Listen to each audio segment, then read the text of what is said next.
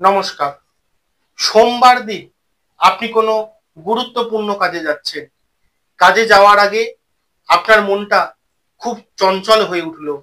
আপনি মনে মনে ভাবছেন, আজকে সোমবার, মহাদেবকে স্মরণ করে আমি কাজে যাচ্ছি, আমার কাজটা হবে কি হবে না।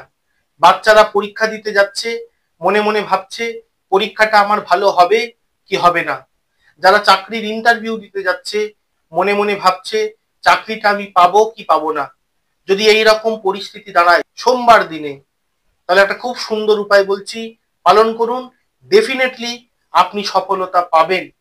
সোমবার দিন কাজে যাওয়ার আগে অথবা অন্য যে কোনো জায়গায় যাওয়ার আগে সাদা চন্দনের ফোঁটা কপালে লাগিয়ে যাবেন এবং পকেটে করে একটা ছোট আয়না লুকিয়ে নিয়ে যাবেন। দেখবেন আপনি নিশ্চিত রূপে সফলতা পাবেন। কেউ আপনাকে আটকাতে পারবে না।